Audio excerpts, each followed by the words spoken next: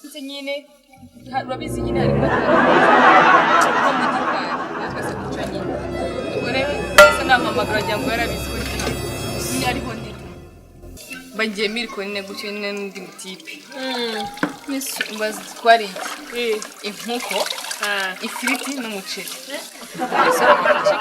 urabizi burya nanayipfira ngewe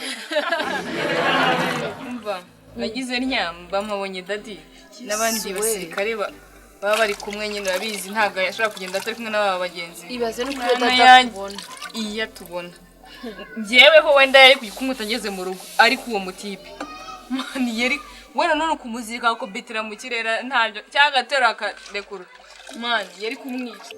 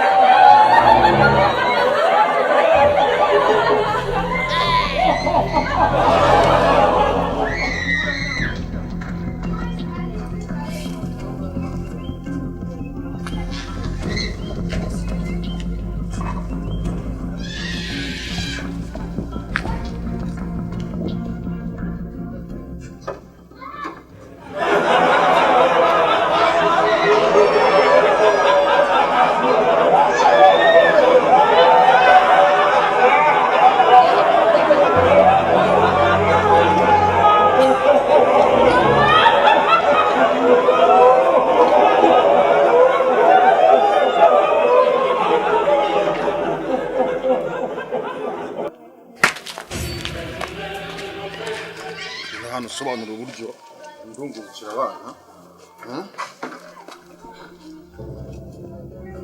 sobanura uburyo ndungukira abana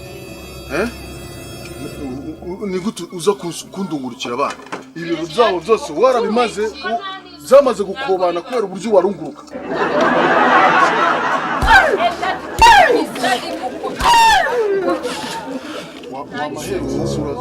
abana bandi umaze kubarunguka inshuro zingahe sobanura neza banza ukora neza toa mpira mujinga toa mpira kuramo mpira mujinga wowe uraza kundungurukira abana nawe ukure mu mani zo umaze kubarunguka inshuro zingahe umaze kubarunguka inshuro zingahe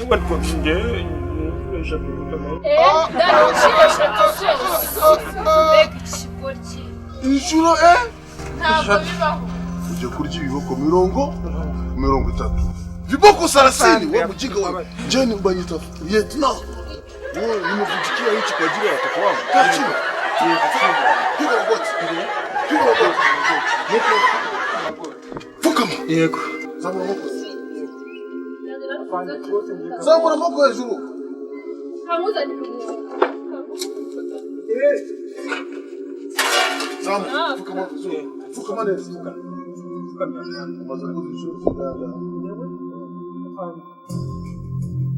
maze kubarunguruka inshuro zingahe bakumvira ngaho hano ngewe buri bwa mbere naraje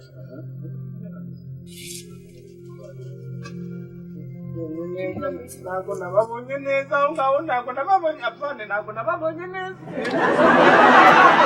apane ntabwo nababonye neza none wabonye n'ibitsina byabo.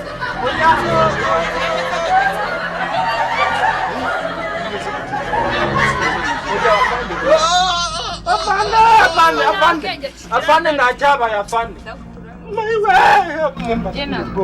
Paris.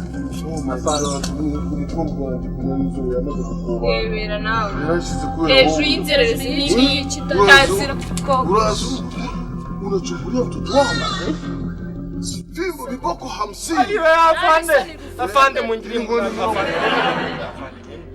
za kitofu.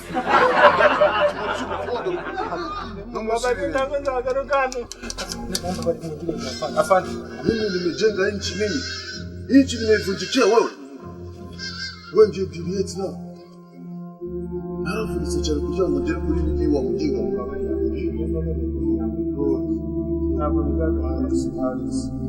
Jason. Umwana wanjye bizaba gukara ibintu bizarakoba.